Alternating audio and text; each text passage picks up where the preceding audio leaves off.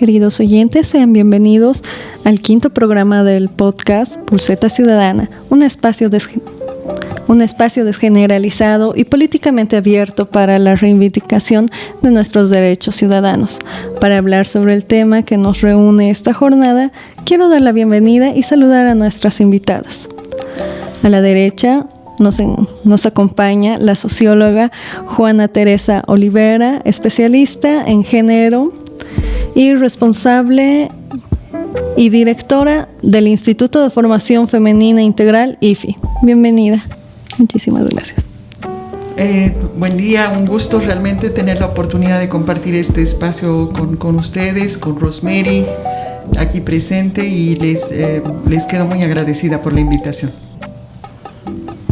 Gracias. En esta ocasión también nos acompaña la concejala Rosemary Yusco, miembro de la Comisión de la Mujer, Niñez y Adolescencia del municipio de Cochabamba. Bienvenida, Rosemary.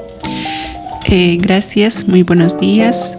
Mauricio, a ti también te agradezco, y Juana, gracias por estar en este espacio para poder de alguna manera dar a conocer nuestro punto de vista como mujeres en un cargo conduciendo una institución, sea pública o sea privada o sea una ONG. Un gusto y encantada de participar. Tras darle bienvenida a nuestras invitadas, escuchamos el tema del que se hablará en esta ocasión.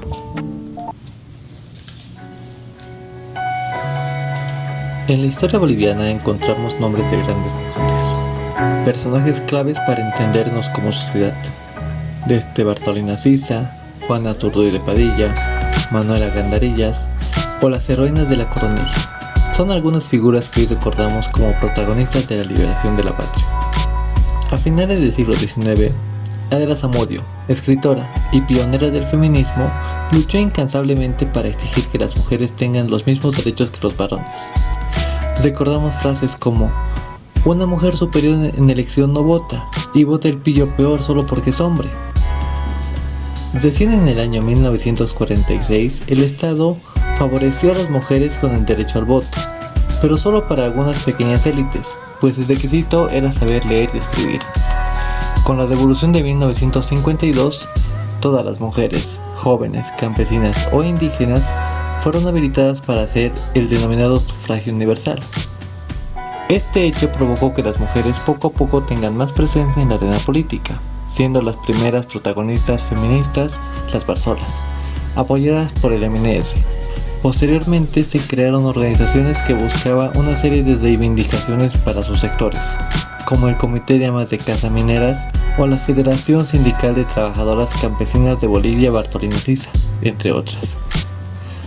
Nuestro país tuvo apenas dos presidentas, Lidia Aguilar Tejada en 1979 y Yanine Áñez en 2019. Ambas subieron al poder de forma interina y en situaciones de convulsión política social. Pese a todos estos avances y la generación de políticas de equidad de género que se promueven desde el Estado, aún hoy se observa que la mujer continúa siendo delegada en papeles secundarios a esta área. Muchas veces su figura es instrumentalizada y las pocas que están en altos cargos se encuentran expuestas a amenazas, hostigamiento y agresiones. Para graficar esto, podemos mencionar lo ocurrido el pasado 17 de noviembre, cuando un grupo de padres de familia de Sipe detuvieron a la alcaldesa María Heredia, la insultaron, amenazaron e intentaron ridiculizar subiéndola a un buzo para sacarla de la alcaldía. Estos actos de violencia nos obligan a cuestionarnos: ¿cuán real es la equidad de género en la política? ¿Una autoridad femenina tiene el mismo poder que un representante varón? ¿O aún se subestima su capacidad de mando en la toma de decisiones? Sean bienvenidos a otra Pulseta Ciudadana.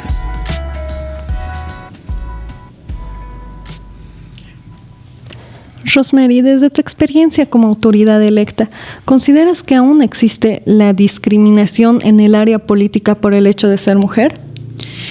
Aún existe, y es duro a veces percibirlo de tu mismo entorno, en este caso de tu mismo color político.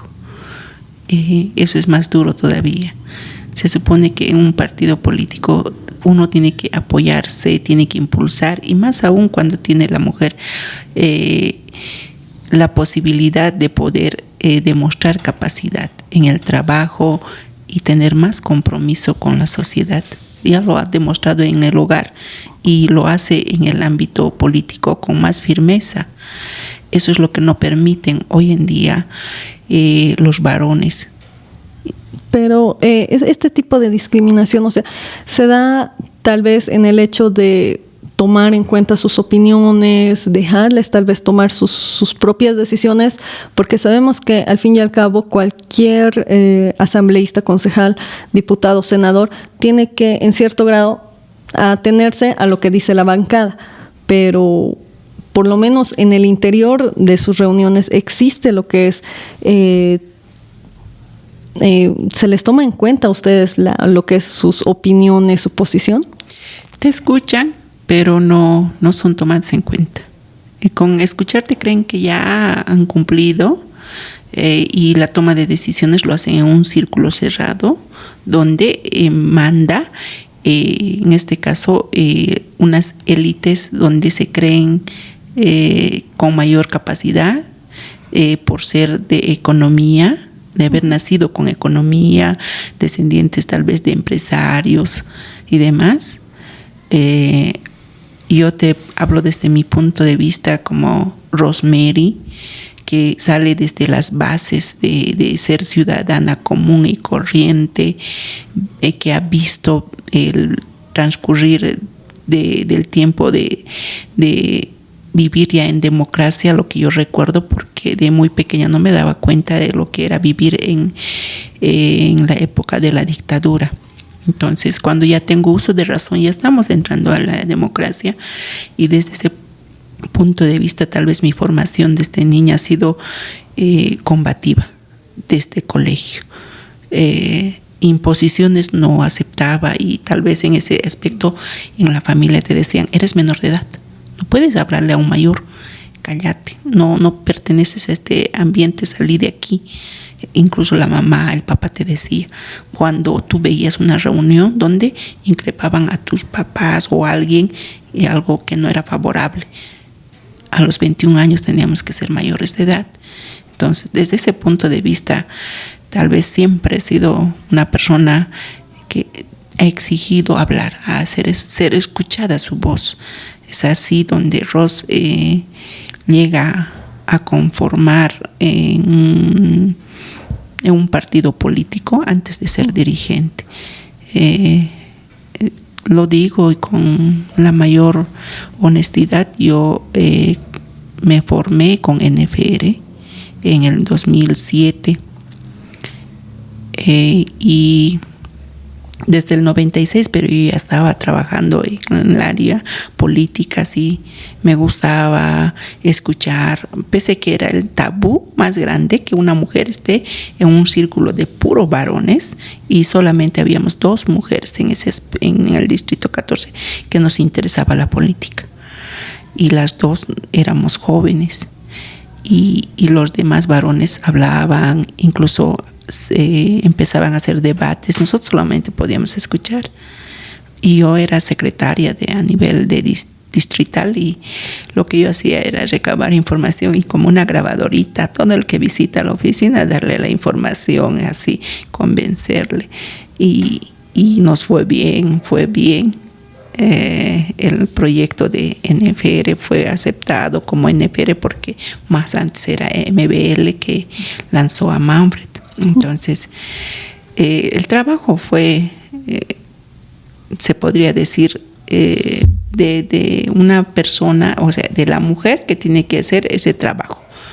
Pero los varones tienen que estar en otra élite para hacer reuniones directamente, irse a reunirse entre otra jerarquía. Y yo era siempre metiche, me iba junto con ellos y volvía, tal vez poniendo en riesgo incluso mi vida. En una ocasión, uno del mismo grupo, yo escapé. Estuve a punto de ser violada. Salí de esa reunión a la avenida, tomé un vehículo, un taxi, me hice llevar hasta el centro, donde estaba otra reunión más disminuida, y no tenía dinero. Tuve que darle mi carnet de identidad al chofer para que te dijera por mi carnet, te Te voy a pagar la carrera. Ajá, mi carnet te doy de garantía para pagarte la carrera, pero escapé. Entonces, siempre la mujer pareciera que solamente fuera un objeto para poder ser utilizada, y no es así. Yo te puedo decir, en mi experiencia, pasé muchas barreras. Una de esas fue esa experiencia al inicio en política. Luego ya trabajé de forma, se podría decir, independiente en el área dirigencial, ya no en la política, porque si bien fui parte de aquello, no conseguí nada, solo hicimos campaña para que salgan diputados, senadores, alcaldes y en ese momento prefectos. Ya en el ámbito dirigencial se trabajó por el barrio, por la gente, por la necesidad. Estaba con un cargo de vicepresidenta y ahí hice buenas ideas. Se podría decir que el presidente, por ser varón, las mujeres somos así, vamos a hacer este trabajo, aquello hacemos, pero tal vez en ese momento la inexperiencia no lo escribimos y no nos soban las ideas. Claro. Eso me pasó y era muy aguerrida. A obras públicas me iba a 5 de la mañana en el tractor parada y no, este tractor se me va a mi distrito y a mi OTB, 3 días de trabajo en mi OTB, me hace estas limpiezas y no, de aquí nadie me baja. Otros venían dirigentes, no, esto ya está para mí reservado. No, señor, yo me voy en este, ya estaba ahí. Y me iba con el tractor. Ese tipo de trabajo lo hace una mujer cuando tiene convicción de servicio o vocación de servicio. Posterior a aquello soy dirigente, ya soy mamá. Y cuando soy mamá soy dirigente de junta escolar. No me importaba a mí ser presidente siempre. Como fuera vocal o fuera secretario de actas o de hacienda, era bienvenido y participar y estar de cerca viendo el desarrollo de mi hija. Eso me pasó. Luego también fui Comité Popular de Salud, un control social. Antes Comité Popular de Salud. También ahí era vocal, pero con mi firma se llegaba al 50+1 del quórum para aprobar, para tener ambulancia, para tener auditorio, homenaje de cocina, más ítems. Se consigue trabajando, pero pensando en la sociedad. Es así, un poquito te doy el paso por la dirigencia. Se ha logrado trabajar por la sociedad. Tengo 2 hijas. En otros casos dicen, ¿para qué se mete la política? Pero ahí habemos y hay gente que no tiene voz y hay que representarles a ellos. Hay que decir su sentir.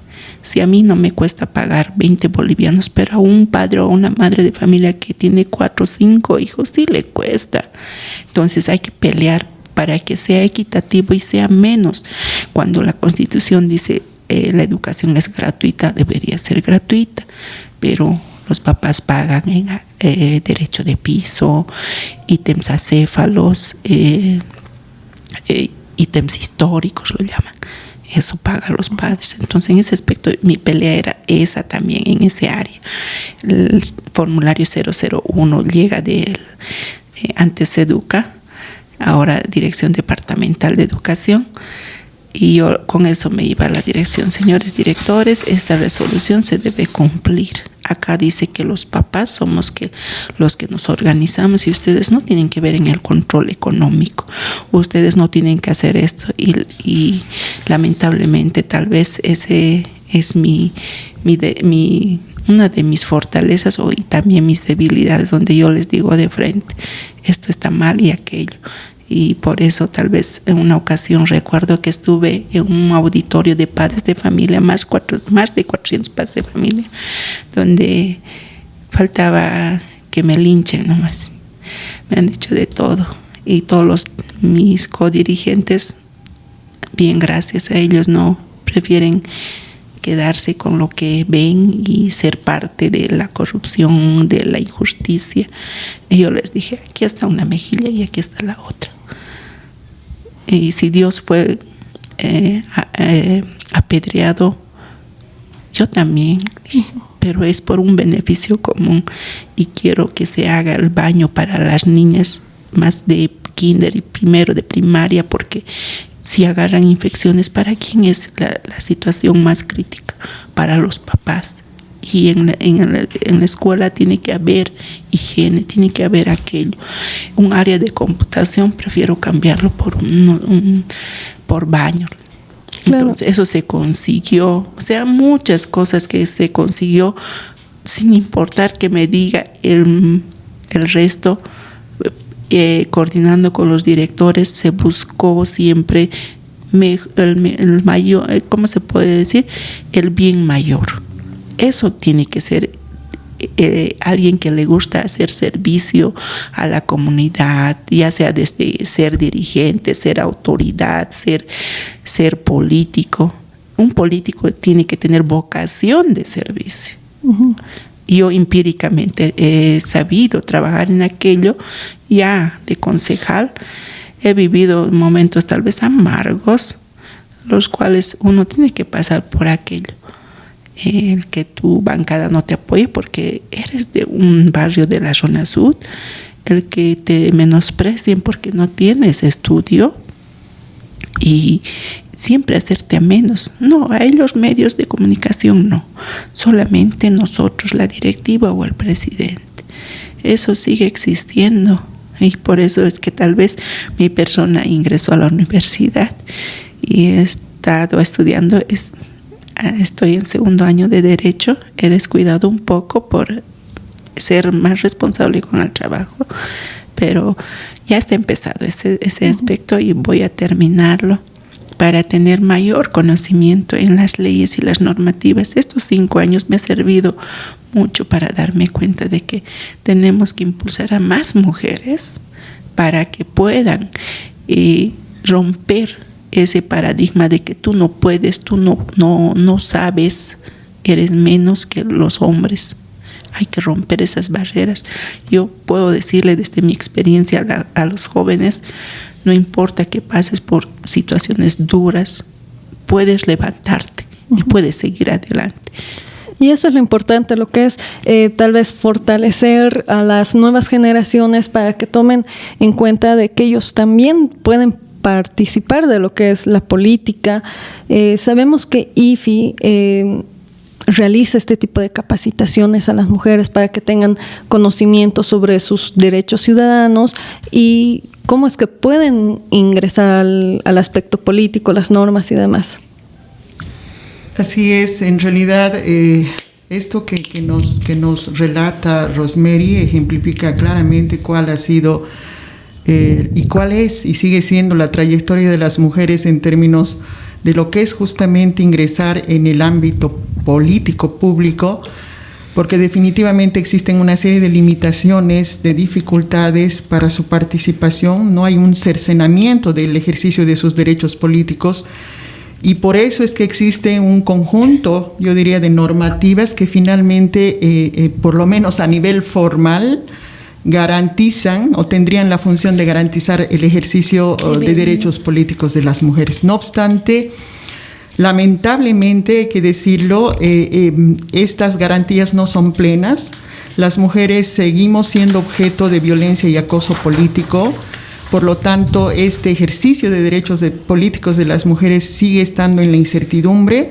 Muchas de las mujeres en diferentes cargos de toma de decisión, como son, por ejemplo, asambleístas, concejalas, alcaldesas, etcétera, se han visto terriblemente acosadas. Muchas de ellas han muerto, como ustedes saben. Un caso emblemático es el de Juana Quispe Apaza, por ejemplo. Y lo que mencionaba hace un momento Mauricio, ¿no? Lo ocurrido recientemente, por ejemplo, con la alcaldesa de Sipe. Creemos que sigue habiendo una tutela de los varones respecto del ejercicio de derechos políticos de las mujeres. En realidad no se las reconoce como actoras políticas, pese a que las mujeres se supone que tenemos ya una ciudadanía política, una ciudadanía social. Si no obstante, no se nos reconoce como sujetas políticas y por lo tanto se establecen una serie de mecanismos y de estrategias para seguir tutelando a las mujeres, utilizando, ¿no?, distintos mecanismos para impedir el ejercicio, su ejercicio político. Y en ese sentido creemos que es importante, y por eso es que desarrollamos desde el IFI también a través de redes como la Coordinadora de la Mujer, por ejemplo, en calidad de afiliadas, una serie de procesos que nos permitan realmente aportar a la preparación de las mujeres que van a estar en función pública o que son candidatas, para que puedan tener realmente un desempeño en lo que es la gestión pública, conociendo la normativa, conociendo sus derechos, conociendo este conjunto de leyes que de una u otra manera garantizan su ejercicio político. Creemos que esto es básico, que esto es fundamental para que las mujeres podamos realmente ingresar a esto que es el ámbito público y político con todas las garantías, porque de lo contrario nuestra seguridad en términos de ese ejercicio sigue estando completamente en la incertidumbre y sigue siendo vulnerado, etcétera. Y realmente, por lo que vemos desde la promulgación de la Ley 243, por ejemplo, contra toda forma de acoso y violencia política hacia las mujeres, no tenemos en realidad sanciones hasta ahora en esto que ha sido tipificado, porque el acoso y la violencia política ha sido tipificado como delito, ¿no? No es simplemente un mecanismo que se utiliza frente a una concejala, una diputada, una senadora, una autoridad en gestión pública, lo que se hace.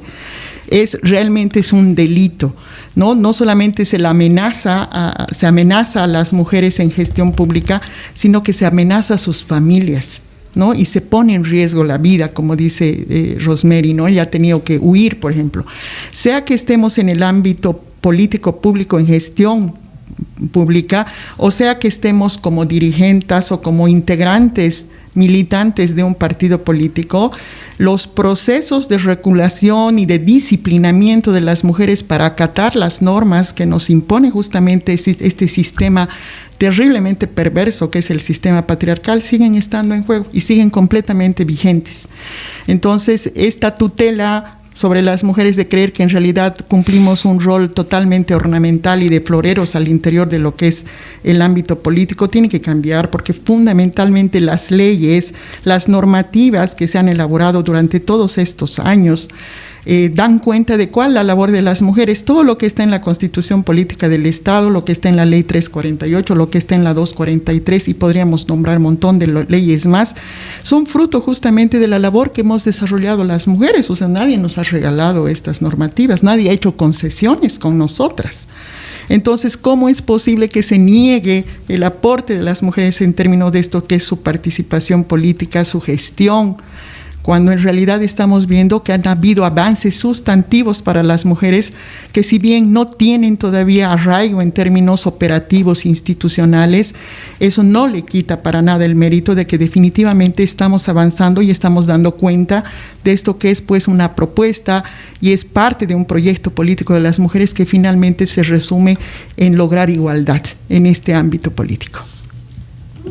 Digamos, para las dos, en su experiencia, tanto formadora de actoras políticas como ya autoridad electa, ¿qué es lo que se debe cambiar en la sociedad para que de una vez las leyes dejen de ser un bonito papel que todo el mundo aplaude, pero que al fin y al cabo no se ejecuta? ¿Y cómo es que se puede cambiar lo que son las élites? Porque sabemos que la mayoría de los partidos políticos, sus líderes son varones. Y las pocas mujeres que existen vienen pues de castas, de políticos, empresarios. Todavía existe, al parecer, esa discriminación entre yo política de clase baja y yo política de clase alta. ¿Qué es lo que se podría hacer para cambiar toda esta situación? Yo creo que es una pregunta del millón, es una batalla de largo aliento, porque en realidad todas las conductas, los comportamientos y las prácticas en el ámbito político, igual que en cualquier otro ámbito, siguen respondiendo a esta estructura patriarcal que no quiere ceder espacios de poder, ¿no? En última instancia se reduce a eso. Y todo el sistema, incluso jurídico, legal, ¿no?, está increíblemente pensado y regulado y funcionando para favorecer esto que es la participación de los varones Entonces, ¿cómo logramos que estos actores que desde siempre han detentado el poder puedan ceder espacios para la participación de las mujeres? Es complicado, es bastante complicado. Pero creo que una parte de esta pregunta que formulas se puede resolver si es que las autoridades tienen voluntad política. O sea, no solamente que exista la norma, la ley, sino que efectivamente haya voluntad política y se puedan generar los mecanismos y toda la institucionalidad que permita operativizar estas normas, ¿no? Porque de lo contrario seguimos teniendo igualdad formal las mujeres, pero no tenemos una igualdad real porque esto, como decía Rosemary, no se aplica, ¿no? Es cierto que todavía existen una serie de procesos de discriminación, de marginación y de exclusión que sufrimos las mujeres en diferentes grados. Primero porque sí, desde siempre se han valorizado esto que son saberes formales y no se valoriza esto que Rosemary ponía, ¿no es cierto?, sobre esta mesa de diálogo, que es tener toda una trayectoria en términos de liderazgo y de experiencia a través de diferentes procesos y etapas en la vida de las mujeres que les han permitido y se los han ganado como espacios el tener la posibilidad de representar, como decía Rosemary, a diferentes poblaciones, ¿no? Entonces no se valora eso o se subvalora en todo caso, pero también es importante y es innegable poner sobre esta mesa de diálogo el hecho de que existen una serie de variables que se entrecruzan, ¿no es cierto?, en el caso de las mujeres, porque no somos un grupo homogéneo de ninguna manera, sino que entre las mujeres también hay una serie de diferencias que nos exponen a unas más que a otras a sufrir procesos de exclusión. Por eso creo que es importante, y lo hemos repetido ya en varios espacios, tener la posibilidad de recuperar el enfoque no solamente de género, sino de interseccionalidad, en el sentido de que se yuxtaponen y se entrelazan diversas formas de opresión sobre las mujeres, por ejemplo, como la etnia, la raza, ¿no?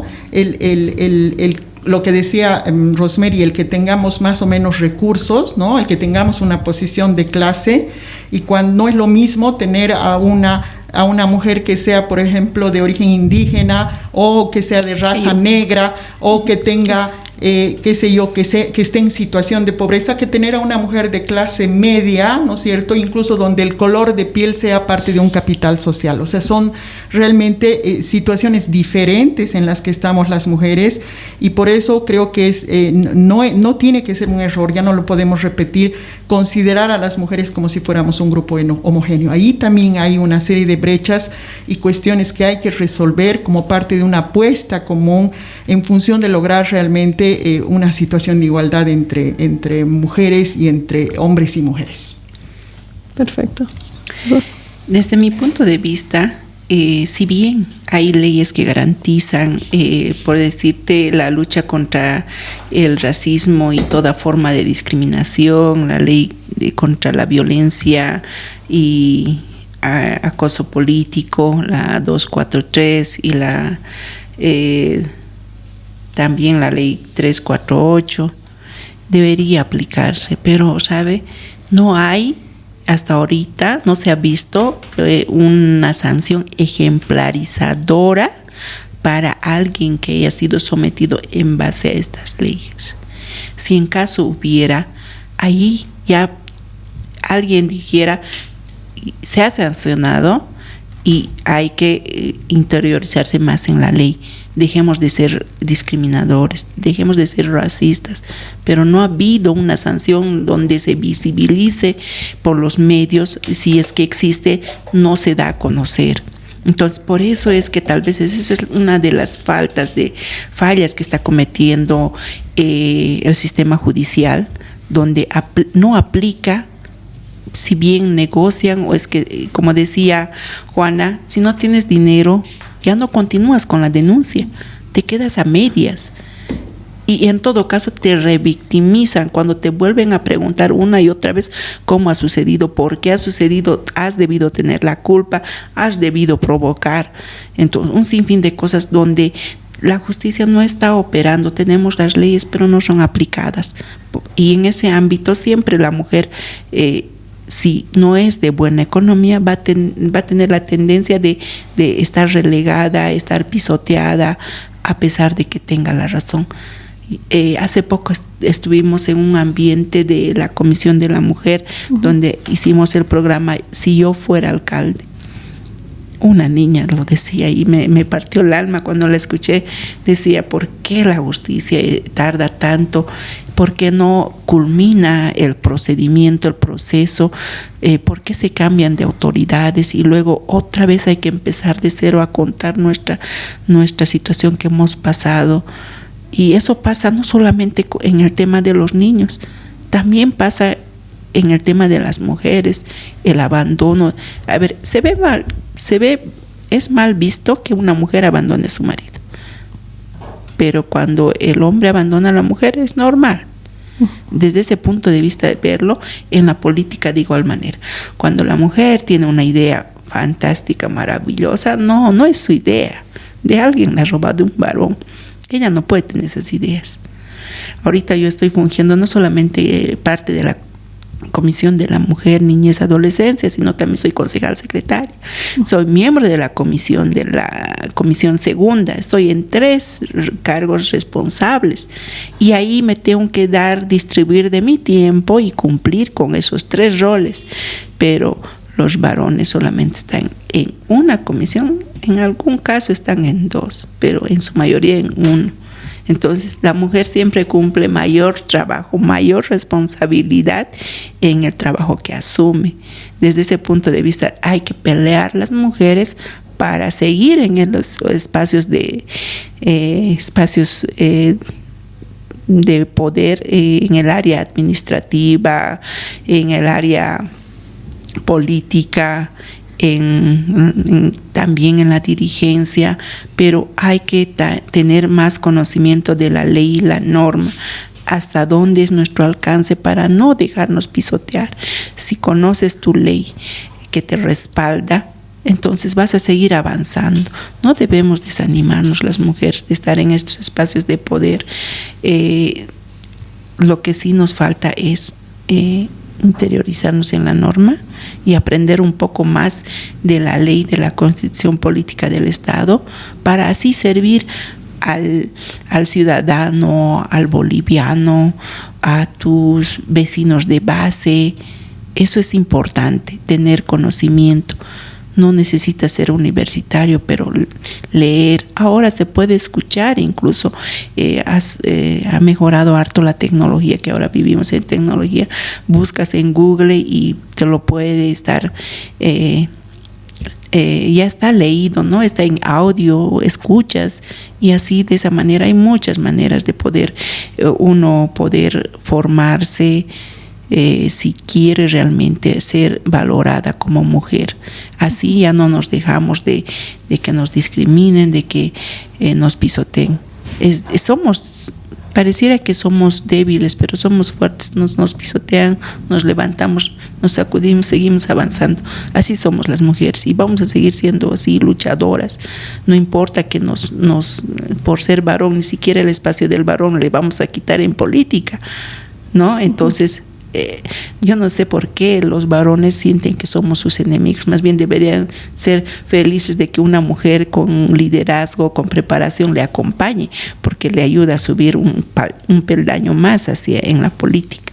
En cambio, entre mujeres sí es egoísmo. Realmente eso se vive de muy cerca cuando te dicen, ¿para qué le han puesto a tal persona? Yo me veo mucho mejor como autoridad, o yo puedo ser más. Sáquenle, no se merece. Yo voy a poner tanto de dinero para que la saquen, me corresponde. Ya, yo pongo tanto y ella que no sea. Ya, yo te compro la candidatura o yo te compro el curul, ¿no? Todo eso yo lo he pasado. Si te estoy hablando es porque yo ya lo he vivido y me salí con la sorpresa de que me han sacado de la lista y ya no estoy. Y probablemente no hubiera sido yo concejal, hubiera sido diputada. No, estaba ya yo registrada, hice mis papeles, todo. Llegado el momento, no nos avisan las listas directamente, no sale, tiene que salir en publicación y ese proceso tarda. Cuando resulta que no hay mi nombre, hice el trámite, dejé toda mi documentación y nada. Ya, Ni modo, dije yo. No por ello me voy a dejar derrumbar. Continuaremos, no, hay que seguir luchando. Y en la segunda, cuando me dicen, no, tienes que prepararte ahora tus papeles. Otra vez. Ay, no hay problema. Puedo apoyar y en la candidatura del 2019 o 2020, no hay problema. Si no es necesario que vaya ahora. Yo, no, tienes que ir ahora siempre. Y casi exigencia. Cuando en la primera vez te ponen y te sacan. Y ahora pareciera relleno, ¿no ve? Pero uno, algo que tal vez es casi como un lema para mí, hay que estar preparados en la vida. Para estar y para no estar. Para ser y para no ser. Entonces eso tal vez a Rosemary le ha llevado donde está ahora.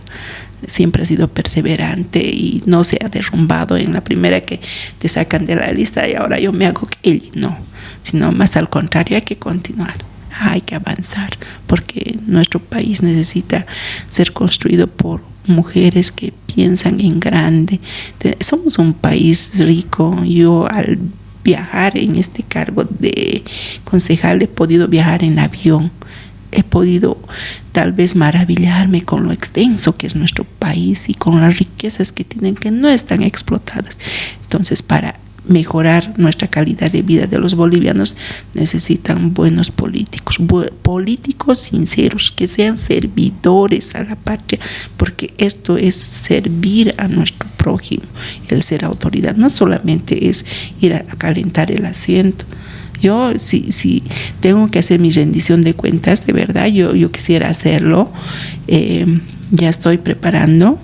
De estos 5 años, ¿cuál ha sido el rol de Ros Llusco en el Consejo Municipal? ¿Desde qué ámbitos ha trabajado y qué beneficios ha logrado? No será en cemento, no será en pavimento rígido, no será en centros culturales, pero es otro tipo de trabajo que realmente nos ha costado hacer. A mí me ha llenado de satisfacción cumplir tal vez esos objetivos, tal vez ni siquiera soñados. Entonces hay mucho que trabajar como mujeres en política, hay mucho que aprender de igual manera y a darse a respetar con los varones y con las demás mujeres que quieren estar en política, que estén pero limpiamente, sin estar ensuciando al otro. Eso es lo que necesitamos en Bolivia. Y precisamente eso es lo que queremos con esta campaña y con este podcast. Tratar de llamar la atención a nuestras nuevas generaciones, a nuestras mujeres, de que no solamente es cuestión de ser profesionales, no solamente es cuestión de formar una familia, sino también de hacerte escuchar, hacer escuchar tu opinión. Muchísimas gracias, Juana, muchísimas gracias, Ros. La verdad, el tiempo se nos ha volado. Ha sido un gustazo hablar con ustedes, escuclarlas y ver que, digamos, existen las normativas, supuestamente existe esa equidad de género, la cual lamentablemente aún no se lleva a cabo. En fin, sus últimas palabras, Juana. Simplemente agradecerles la oportunidad, ¿no?, de haber compartido este espacio. Realmente ha sido un privilegio para mí poder compartir esta mesa de diálogo y simplemente emplazar, ¿no?, a las y los jóvenes a que durante este tiempo que nosotras hemos estado trabajando ya desde hace varios años en términos de lo que son precisamente procesos eleccionarios, hemos tenido la posibilidad de trabajar también con las y los jóvenes y creo que hay mucho que aprender de ellas y ellos, porque en realidad siempre los hemos concebido como si fueran una apuesta a futuro, cuando en realidad creo que son los verdaderos y las verdaderas protagonistas. Nos alegra enormemente que la composición actual, por ejemplo, de la Cámara de senadores y senadoras, al igual que en la Cámara de Diputados y Diputadas, haya una presencia contundente de las mujeres y de mujeres jóvenes además, ¿no? Y eso creo que hace la diferencia, eso proyecta a la juventud en términos de aquello que realmente amerita hacer, y creo que lo que amerita hacer en este contexto no solamente es reclamar por nuestros derechos, No solamente es exigir igualdad real, sino también es transformar el estado actual de la situación que vivimos en nuestro país. Muchas gracias. Muchísimas gracias, Ros. Tus palabras de despedida. Gracias. Primero, agradecer a Mauricio y a tu persona por permitirme estar en este medio de difusión, una forma de informarles a la población y hacer conocer nuestra voz desde este punto de vista. Decirles a los jóvenes y a las señoritas que el tiempo es de ellos. Ellos son los que tienen que levantar este país, tienen que tener compromisos. Tienen que tener compromisos con tener una Bolivia mejor, no salir al extranjero a buscar trabajos.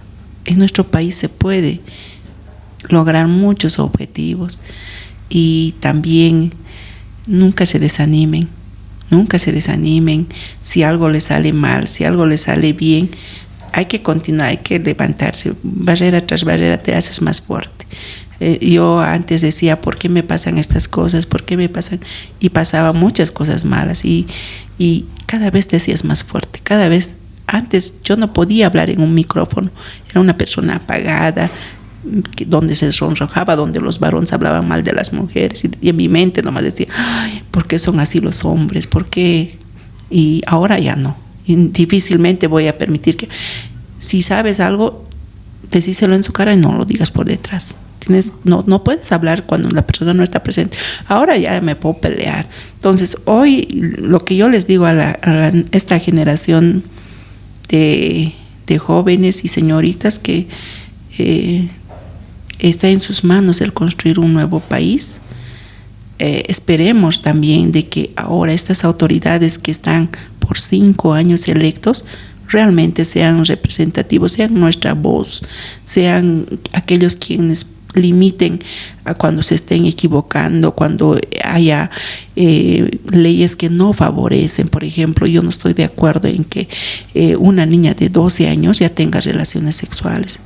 Totalmente en desacuerdo. Entonces, esperemos que estas nuevas autoridades puedan reencaminar a tener una Bolivia que sea el espacio para estar hermanados, para que ya no haya confrontación, para que ya no haya brecha de que el del campo y el de la ciudad. No, todos somos bolivianos.